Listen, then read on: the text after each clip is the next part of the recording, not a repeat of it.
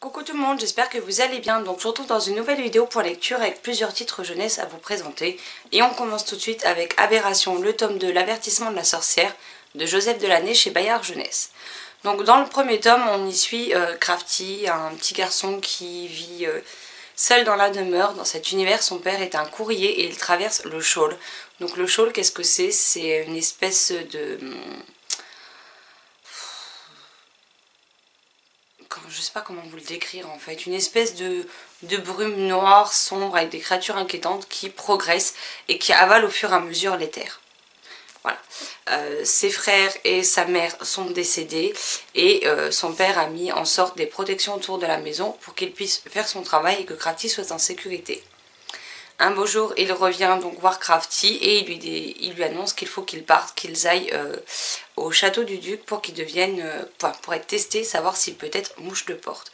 Donc mouche de porte, ce sont des personnes qui, à l'aide de portails, arrivent à être dans le Shawl sans être transformées. Puisque toutes les personnes qui ne sont pas des fées, mais pas fées, les petites fées comme Clochette, F-E-Y, pardon. Et ce sont les seuls à pouvoir circuler dans le Shawl sans être transformés ou tout simplement dévorés par celui-ci. Et donc voilà, les mouches de porte permettent de localiser certaines choses, de faire des prélèvements pour essayer d'en savoir plus et de contrer donc tout ce côté sombre et malfaisant qui grignote les terres au fur et à mesure. Voilà un peu le pitch de base. Je ne suis pas très douée pour faire des résumés comme ça. Mais bon, vous voyez derrière on vous met 2 lignes, donc c'est pas avec ça que je vais m'en sortir pour vous faire un résumé. Donc dans ce tome 2 on retrouve Crafty, Lucky et Click suite aux événements qui ont clôturé le tome 1. Le Shawl progresse de plus en plus, il devient de plus en plus menaçant, il se passe de plus en plus de choses étranges. Et j'ai pris un plaisir fou à les suivre dans ce nouveau tome. On a vraiment une angoisse, une ambiance un peu angoissante, prenante, très sombre, très malfaisante qui progresse au fur et à mesure de notre lecture des tomes. J'aime ce côté frissonnant qui augmente avec les pages. J'aime beaucoup les personnages principaux qu'on suit. Il y a d'autres personnages qui sont vraiment d'une cruauté sans nom. J'aime le fait que Joseph Delaney ne ménage pas non plus son lectorat, puisqu'il y a des choses quand même bien glauques quand même qui s'y passe. Et de toute façon, on vous dit derrière, cet ouvrage comporte des scènes susceptibles de heurter la sensibilité de trop jeunes lecteurs. Donc ce n'est pas à mettre non plus dans toutes les mains. C'est la seule série de l'auteur que je lis pour le moment. Donc je ne peux pas vous dire par rapport à l'épouvanteur ou à Reina 13 ce qu'il en est. Donc essayez de glaner les informations auprès d'autres personnes. Moi je n'ai pas de connaissances sur les autres, donc je ne peux pas vous renseigner. Je dirais quand même que je ne le recommanderais pas forcément avant 12 ans. Après je ne sais pas ce qui est dit sur le site de Bayard, mais voilà. Après ça va dépendre aussi de la maturité du lecteur. Hein. Mais à ne pas mettre dans toutes les mains si ce sont des lecteurs facilement impressionnables ou qui peuvent avoir facilement peur. En tout cas, j'aime la mythologie qui est mise en place, j'aime les personnages, j'aime cette ambiance très particulière qui en découle. J'aime... en fait, j'aime tout dans ce livre. La plume est fluide, elle est addictive, on a vraiment envie d'en savoir plus.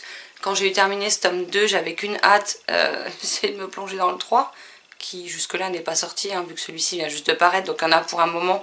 Mais c'est vraiment très bien fait, et c'est une bonne série jeunesse, si vous voulez, une série jeunesse de fantasy et frissonnante. Franchement, je peux que vous la recommander, c'était vraiment chouette comme lecture. Ensuite, je me suis lu la deuxième trilogie des dragons, donc L'île aux dragons de Éric Savoisin, illustré par Jérémy Fleury. Le tome 1, Braise, le tome 2, Le borgne rouge, et le tome 3, L'homme aux jambes de fer. Donc ici, on y retrouve Hervaël qui, suite aux événements du tome 1, est parti sur l'île aux dragons, accompagné des dragons. Malheureusement, ils essaient de reconstruire tout ce qui leur a été pris, de construire un espèce de sanctuaire pour eux où ils seront à l'abri. Mais malheureusement, des pirates vont arriver sur des bateaux. Et bien entendu, les choses vont se compliquer, les choses vont devenir compliquées et une guerre les menace à nouveau. J'ai vraiment beaucoup aimé cette nouvelle trilogie. On voit beaucoup plus les dragons, donc du coup je les mets encore plus que l'enfant dragon. Ce sont vraiment des tout petits livres. Hein. Il y a des illustrations dedans, je vais vous en montrer quelques-unes en essayant de ne pas vous en trouver dès qu'ils spoilent quelque chose. Là on a les bateaux.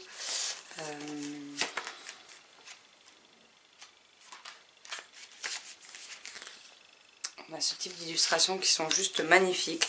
Encore une fois, c'était très intéressant. J'aime bien la façon dont l'auteur traite le sujet pour les jeunes lecteurs, puisque c'est à partir de 7 ans. J'aime la mythologie qui a été mise en place, le fait que on confronte le monde des humains avec le monde des dragons. C'est plutôt très bien fait et je prends beaucoup de plaisir à lire cette série. Donc il ne me reste plus qu'une trilogie, c'est La colère des dragons et j'aurai le fin mot de cette histoire. Et en même temps, j'ai pas très envie de la finir parce que je suis bien dedans et que j'y resterai bien encore un petit peu plus longtemps. Mais voilà, si vous voulez une saga fantasy jeunesse pour initier les plus jeunes à la fantasy dans l'univers des dragons, je vous recommande chaudement ces 3 trilogies qui sont juste parfaites pour ça. Ensuite, j'ai lu Vlad, le pire vampire du monde, le tome de 100% copain de Anna Wilson, illustré par Catherine Durst. Oui, c'est ça. Chez Talent Haut Édition. Donc ici, on y retrouve Vlad. Vlad qui est menacé par ses parents d'être envoyé en Transylvanie chez son oncle, sa tante et son cousin qui excellent dans tous les domaines vampiriques, alors que Vlad a plutôt tendance à échouer assez lamentablement. Il n'aime rien de ce qui est de la culture vampirique, il est plutôt fasciné par le monde des humains. C'est ce qu'on découvrait dans le premier tome. Et donc là, on va suivre le reste de ses... la suite de ses aventures avec Minxie, la petite fille qui est sur la couverture, qui est une humaine, qui n'a pas peur de Vlad et avec qui Vlad devient ami. Donc on va suivre Vlad en compagnie de son grand-père, de son majordome, puisque les parents sont partis, eux, dans un premier temps en Transylvanie, pour voir comment les choses se passent dans leur famille, avant d'y envoyer leur fils. Vlad va avoir une liste de corvées à réaliser pendant leur absence, et cela définira si oui ou non il partira chez son cousin ou pas. Encore une fois, c'était drôle, c'était frais, c'était divertissant. On a une petite teigne qui s'appelle Box, je crois. Bose, je sais plus comment il s'appelle. Mais qui est une tête à claque. Oui, c'est ça, Bose. Un petit garçon humain, comme on en a un peu partout dans les livres. Hein. Toujours le garçon méchant qui se croit tout permis, etc. Et je trouve que, pareil, pour une initiation au livre vampirique pour la jeunesse, c'est juste parfait. C'est à partir de 8 ans. On a des illustrations tout au long du roman. Alors c'est pas forcément les traits que je préfère, néanmoins ça rythme le récit de façon plutôt agréable et franchement c'est une saga jeunesse que j'aime beaucoup. Après je ne sais pas du tout combien il y aura de tomes, je ne sais pas dans combien de temps sortira le tome 3, mais voilà, c'est une histoire d'amitié avec des créatures surnaturelles, des humains, des difficultés pour chacun et c'est plutôt bien fait. Si vous ne connaissez pas encore, je vous recommande de vous pencher sur la question et d'aller lire les avis ou les résumés sur les réseaux, sur internet, puisque moi j'aime plutôt pas mal.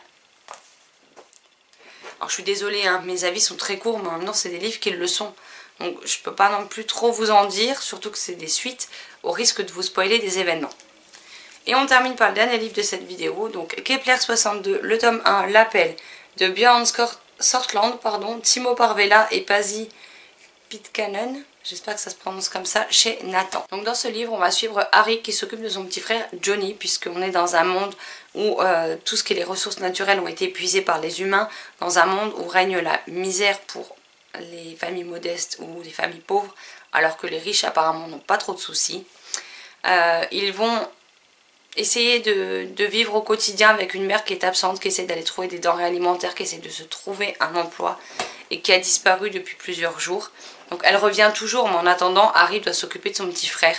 Ils sont un peu livrés à eux-mêmes et c'est pas forcément toujours simple pour eux. Johnny va se faire offrir le jeu Kepler 62, qui est le dernier jeu à la mode, le jeu que tout le monde s'arrache. Il y a 100 levels, mais jusqu'à présent tout le monde a été bloqué au 99e. Apparemment il y aurait une récompense pour ceux qui arriveraient à terminer le jeu, et donc nos deux jeunes héros vont se mettre en quête de jouer à ce jeu et de réussir là où tout le monde échoue. Vont-ils y arriver, ne vont-ils pas y arriver, ça je vous laisserai le découvrir. En tous les cas, à partir du moment où le jeu rentre dans leur existence, les choses vont devenir de plus en plus compliquées, de plus en plus dangereuses, et ils vont se retrouver dans les ennuis jusqu'au cou. Et j'ai aimé découvrir ces deux petits garçons qui essayent par tous les moyens de s'en sortir, de continuer à vivre, d'essayer de trouver quand même des occupations de leur âge, notamment avec le jeu vidéo, puisque voilà, ils sont jeunes, on leur dit pas spécialement les âges il me semble, mais oui, Harry a à peu près 13 ans, son petit frère Johnny, je sais pas, doit peut-être avoir 8 ou 9 ans, Ils sont vraiment quand même très jeunes et malheureusement ils n'ont pas que des préoccupations d'enfants de leur âge. J'ai quand même plutôt bien aimé ce premier tome, même si au début je me suis dit oula, qu'est-ce que ça va être? Parce que là c'est clairement une initiation pour les plus jeunes à la SF. La SF c'est pas forcément, à part le genre dystopie post-apo, c'est pas forcément le genre qui me captive le plus, qui m'intéresse le plus. Donc j'avais un petit peu peur, mais au final ça se lit bien, ça se lit vite. C'est intéressant, j'aime bien l'univers qui a été amené, j'aime bien la façon dont les personnages sont construits. Et malgré que ce soit un premier tome où on pose les bases de l'univers, je trouve que ça ne manque pas d'action. Donc ça c'est plutôt pas mal. J'avais peur que ce soit un petit peu trop introductif et un petit peu trop lent du coup. Voilà le type un peu d'image qu'on peut retrouver dedans. Je vous en montre plusieurs parce qu'il y a différents types d'images qu'on peut trouver dedans. Alors j'essaie de ne pas vous prendre les pages qui éventuellement pourraient spoiler. On a aussi ce type de page quand c'est les écrans d'information qui passent. Et puis en tout cas, ben voilà, j'ai passé un très bon moment avec ce titre et je me procurerai la suite en occasion dans les prochaines semaines, prochains mois. Tout dépendra quand tout rouvrira et qu'on pourra recommander des livres plus aisément. Mais voilà, si vous ne connaissez pas, je vous la recommande. J'ai passé un très bon moment avec et j'ai hâte de découvrir la suite des aventures donc de Harry et de Johnny. Voilà, ce point lecture doit être à mon avis relativement court. J'espère néanmoins qu'il vous aura plu. N'hésitez pas à me dire si vous connaissez ces titres, si vous les avez lus, ce que vous en avez pensé, s'ils vous font envie. Quelles sont vos dernières lectures, que vous les ayez appréciées ou non. Et comme d'habitude, je me ferai une joie de vous répondre dans les commentaires. Sur ce, je vous souhaite une excellente journée, de très belles lectures et je vous dis à très vite dans une prochaine vidéo. Bye bye.